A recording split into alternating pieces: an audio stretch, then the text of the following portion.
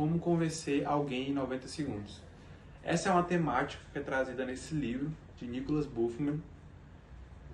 Ele basicamente traz essas ideias acerca da persuasão e das suas experiências que ele teve com o seu trabalho ao longo dos anos. E basicamente eu vou trazer para vocês um apanhado geral do que ele aborda nesse livro. Então, se você tem interesse, fica até o fim do vídeo que eu vou abordar isso. Primeiramente, para você convencer alguém em 90 segundos, você tem que ter em mente o que você quer. Qual o seu objetivo com a pessoa e o que você quer dela. A partir daí, você vai poder analisar e traçar sua estratégia. Segundo o autor do livro, existem 6 formas de você convencer alguém. Pela lei, ou seja, pelos processos legislativos, pelo dinheiro, ou seja, através do poder aquisitivo, pelo controle emocional ou físico, pela sedução e, por fim, a persuasão. E a persuasão ela é a forma mais barata e prática de você realizar isso. É até mesmo dito por algumas pessoas famosas da história, como por exemplo Winston Churchill, que a persuasão é a pior forma de você convencer alguém, com exceção de todas as outras. Além disso, Aristóteles postula que para você convencer alguém de forma eficaz, para você ter uma boa persuasão, você tem que ter 3 pontos em mente. Ter confiança, emoção e lógica.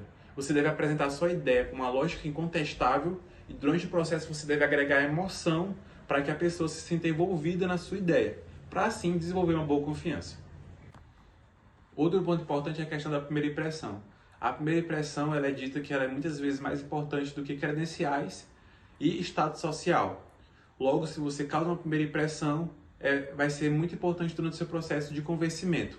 É dito até mesmo que, na verdade, os 2 primeiros segundos são o que vai decidir como a gente vai reagir a uma pessoa. Se a gente tem uma boa primeira impressão, a gente tende a reagir e superestimar as coisas que aquela pessoa faz, ter a visão melhor sobre ela. Já quando a gente tem uma visão negativa nos 2 primeiros segundos, a gente tende a subestimar essa pessoa. E esse processo, essa visão que a gente cria da pessoa, muitas vezes é necessário muito tempo para a gente reverter aquilo. Logo, tente criar uma boa primeira impressão com essa pessoa que você está conhecendo para conseguir convencer ela mais facilmente. E outro detalhe que a gente não pode esquecer é que a imaginação, ela desperta a emoção consequentemente vai despertar uma atitude e a atitude molda o comportamento. Logo, fazendo um raciocínio lógico, caso você tenha uma boa primeira impressão, você vai despertar e moldar uma imaginação melhor daquela pessoa sobre você. Consequentemente, isso vai afetar o seu comportamento e atitude com você. Logo, vai ser mais fácil ou não convencer ela. Então, tente criar uma boa primeira impressão. E como é que você vai poder criar uma boa primeira impressão? Você tem que seguir 3 passos básicos. Quando você vê uma pessoa, segundo o autor do livro, você deve sorrir e olhar nos olhos dela. E até dar algumas dicas de como você pode fazer isso. Você pode, por exemplo, tentar mentalizar a cor dos olhos dela. Caso você tente descobrir qual a cor dos olhos dela, você vai consequentemente olhar diretamente nos olhos dela. Isso vai criar uma maior confiança. E caso você sorria, você também vai criar um ar maior de simpatia. Vai facilitar a conexão entre vocês. Outro ponto.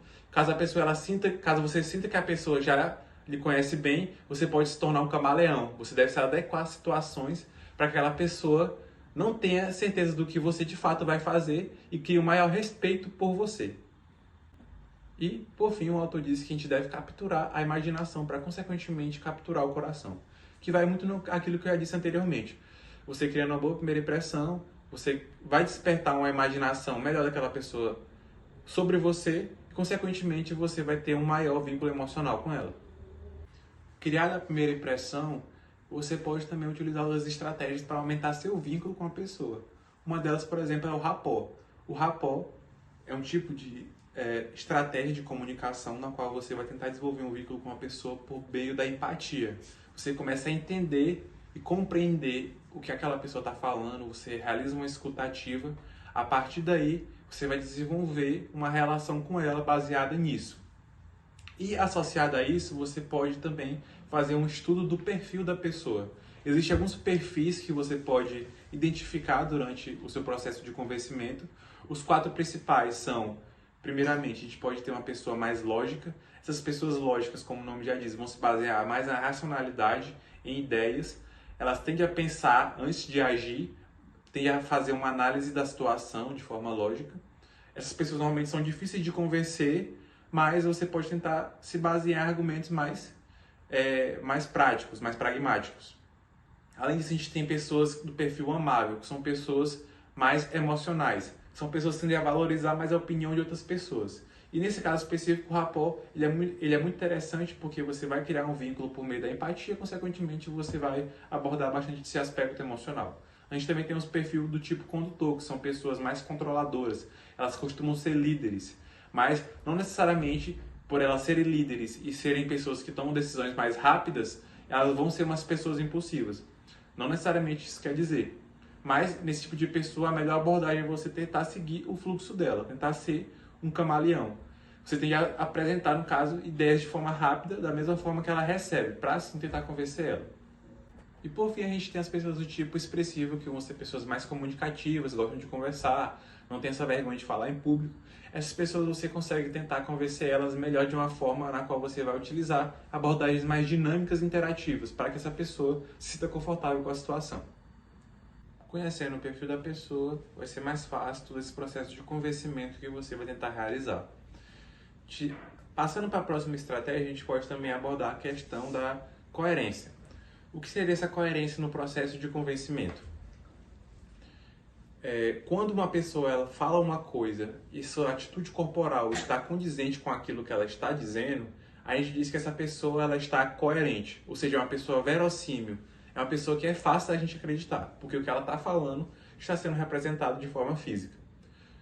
Alguns estudos indicam que a gente, o ser humano, ele valoriza mais, primeiramente, em ordem de valorização. Primeiramente, as atitudes, ou seja, a linguagem corporal e o gesto da pessoa. Em seguida, a gente vai valorizar a questão do tom de voz, como essa pessoa está se expressando. E, por fim, as palavras propriamente ditas. Ou seja, quando você estiver realizando o processo de convencimento, você não pode apenas se atentar à parte lógica e verbal. Você deve também levar em consideração a questão vocal e a questão física, corporal. Quando a questão vocal, corporal e verbal estão de acordo, a gente diz que essa pessoa ela é coerente. E, consequentemente, vai ser uma pessoa que vai conseguir convencer as outras mais facilmente. Se algum desses fatores estiver em discordância, o ser humano ele vai achar aquela pessoa confusa e não vai dar credibilidade para o que ela está falando. Um exemplo que eu posso citar para você seria, por exemplo, um comediante de stand-up. Um comediante de stand-up vai contar uma piada engraçada, mas ele está com uma linguagem corporal mais abatida, ele está com um tom de voz mais triste. Mesmo que ele esteja contando algo engraçado, o público não vai dar credibilidade porque ele está falando e, consequentemente, ele não vai atingir o resultado esperado com a sua piada. Então, se atentem a essa questão. Temos também a questão do porquê. Quando a gente justifica uma atitude nossa para uma pessoa, a gente tende a aumentar a probabilidade dessa pessoa aceitar o nosso pedido. Isso é até mesmo comprovado por um estudo de Harvard, que diz que, a depender do estímulo que você está fazendo no cérebro de determinada pessoa, ela tende a responder de forma automática, sem muito pensar, ou seja, aceitando o seu pedido provavelmente. Isso pode ser representado por meio de um exemplo prático que foi feito no estudo, na qual foi feito numa biblioteca e levando em consideração uma pessoa que queria fazer umas cópias e utilizar a impressora. A primeira pessoa, ela foi e estava para tentar ultrapassar a fila e tentar fazer a cópia logo, ela fez a seguinte pergunta para as pessoas que estavam na fila. Eu posso fazer a impressão porque tenho pressa? Essa utilização do porquê foi muito importante, pois aumentou a taxa, fez com que a taxa de aceitação desse pedido dela fosse em torno de 94%. Em comparação com outra pessoa que foi tentar fazer o pedido, mas sem dar justificativa do porquê, apenas pediu para passar à frente na fila e a sua taxa de aceitação foi em torno de 60%. E essa questão do porquê é tão interessante porque até mesmo justificativas fracas, ou seja, uma lógica não muito forte, ainda faz com que a taxa de aceitação seja relevante. Como, por exemplo, uma pessoa que foi lá e pediu: eu posso fazer as cópias porque quero fazer cópias? Essa justificativa, sem sentido nenhum, teve uma aceitação em torno de 90%. Logo, apenas a utilização do termo porquê já é muito importante para você tentar convencer alguém. É importante também te levar em consideração a análise da postura corporal e seus significados. O corpo, mesmo quando a pessoa ela não quer, ele é muito expressivo, ele demonstra o que a pessoa está sentindo, mesmo que seja por meio de minúsculas atitudes ou expressões faciais. E isso deve ser levado em consideração quando você quer criar uma relação com outra pessoa, quando você quer convencer ela. Eu tenho certeza que você por algum momento já parou para pensar que você se sentiu muito confortável com uma pessoa, sem mesmo conhecer ela e sem ela falar muito. Isso está muito relacionado a como essa pessoa provavelmente até mesmo de forma inconsciente, analisou a sua postura corporal e se adequou a ela. Ele provavelmente já deve ter realizado o processo de sincronia límbica. O que seria essa sincronia límbica? Isso é baseado em questões neurofisiológicas desde o nosso nascimento. A gente tende a imitar quem a gente admira e quem a gente gosta, seja imitando seus gestos, expressões corporais, posturas. E quando você faz isso de forma consciente, você tende a criar uma maior relação com outra pessoa. Consequentemente, você vai criar uma maior conexão e você vai convencer ela mais facilmente. Como, por exemplo, se uma pessoa está com as pernas cruzadas e você está conversando com ela, sentado, você pode acabar cruzando as pernas. Você pode também tentar adequar o seu tom de voz de acordo com o tom de voz dela. Isso vai gerar uma maior intimidade entre vocês e, consequentemente, você vai convencer ela mais facilmente. E recapitulando tudo que já foi abordado no vídeo, eu resumi basicamente 5 passos que você deve levar em consideração. Primeiro, você deve abrir sua postura, tentar manter uma postura ereta, virar seu coração em direção ao coração da outra pessoa. Se você, por exemplo, está chegando em algum lugar e quer está conhecendo pessoas novas, você deve tentar manter sua postura de acordo com a dela. Se você está sentado, você deve se levantar para cumprimentar a pessoa.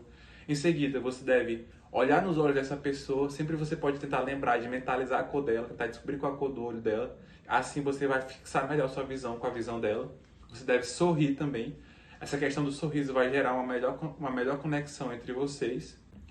E é isso, pessoal. Espero que vocês tenham gostado do vídeo. Novamente, esse livro é um livro muito interessante. Recomendo que vocês comprem para melhor estudo. Aqui vai ter mais dicas, mais informações que vocês podem tirar. E até o próximo vídeo. Qualquer coisa, vocês podem dar uma sugestão de próximos livros que eu possa abordar aqui nos comentários. E é isso, galera. Tamo junto.